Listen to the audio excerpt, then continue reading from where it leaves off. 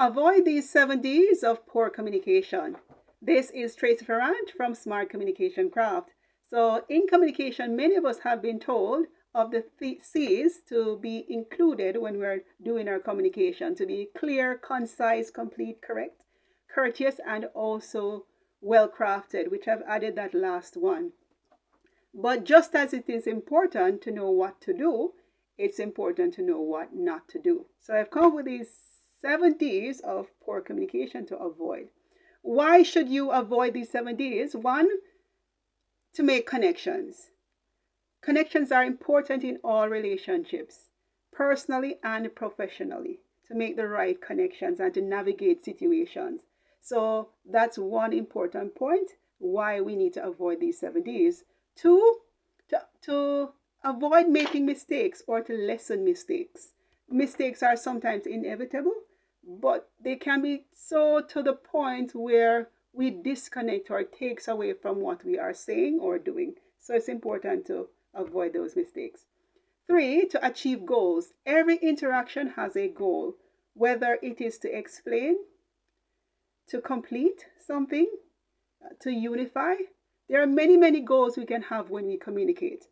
When you think about it, it doesn't matter if it's a small interaction or a big interaction, but we always have a goal, whether to be warm and clear or to welcome someone. There is always a goal at the end of everything that we say, in words or in body language. So avoid these 7 Ds to be an efficient communicator.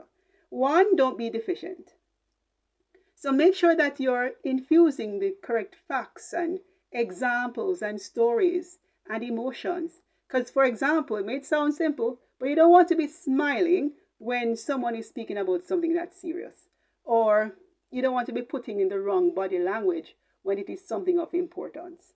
So that's why it's important to infuse the right body language, the right information to add value to what you're saying.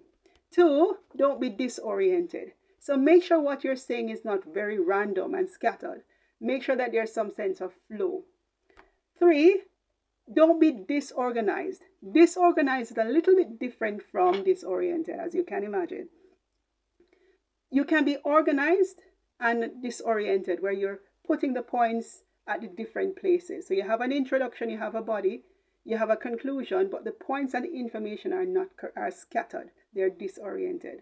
But you want also to be organized. So you want to have a basic sense of what you're saying. For example, even if you're speaking in a social situation with a boss or a friend or a colleague that you know very well, you want to start with a nice introduction. Hello, how has your day been going? Is everything going well? Thank you for taking the time. I know you're busy. All right, I wanted to speak with you about ABC. So you have a basic introduction and you have an idea of what you're going to say in the middle and how it is that you're going to close. So you want to have a basic structure. Even if it is that you're making a huge presentation, you want to have some basic structure. Even if you're telling a story to personally or professionally, you want to start off with some sequence and or bringing everything together. So you have some basic organization in place so that people don't have to do the work of bringing it together. You're taking them through a journey, a logical journey.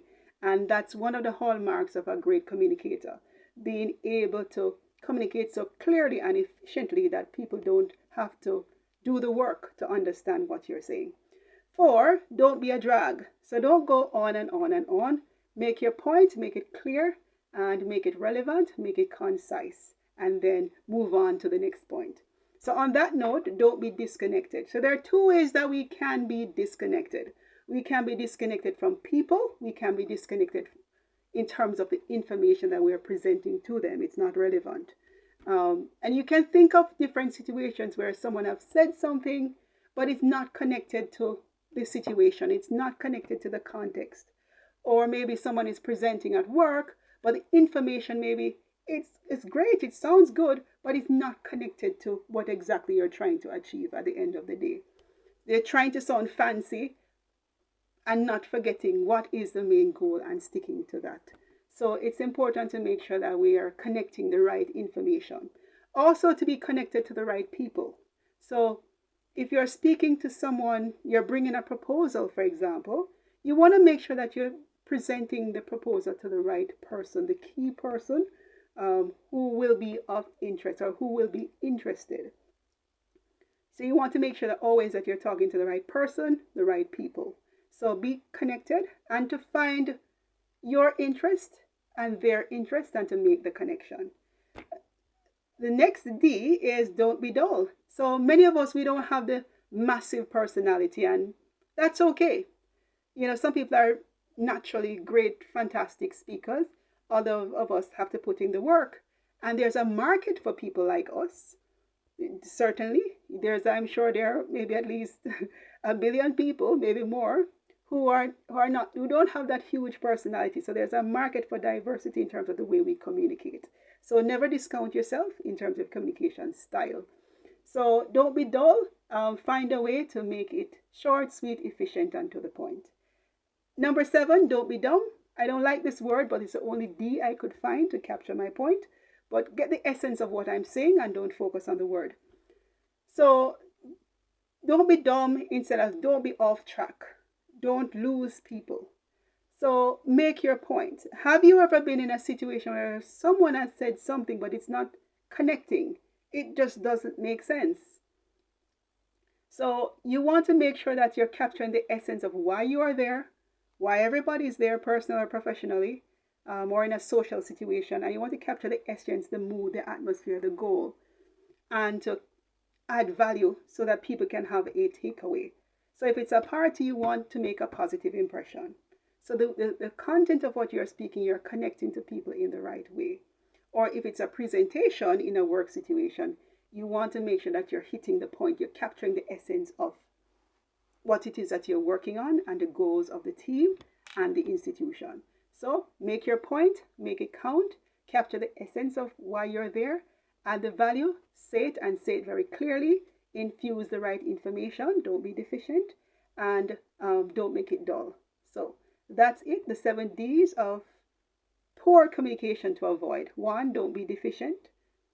Infuse the right information and supporting information. 2, don't be disoriented. So make sure everything is not scattered, but there's a nice flow. Don't be disorganized. Have some basic structure in place. 4, don't be a drag. But as I mentioned, not all of us have the creative personality, but we can learn. So say what you have to say and then move on smoothly. 5, don't be disconnected. Connect with the right people and connect the right information. Don't be dull. Don't put people to sleep. Find a way to keep people interested, even if it is to make it short and sweet. And 7, don't be dumb. So capture the essence, the whole point of why you are there, why others are there. Capture the value, and so they can have a takeaway about you or your presentation or about the goal of what it is that you were saying, personally or professionally. So those are the 7 D's to avoid. Good luck on your next presentation or in your next social interaction. Try to take away at least 1 point. Don't try to remember everything. All right, so good luck. This is Tracey Ferrant from Smart Communication Craft. Cheers.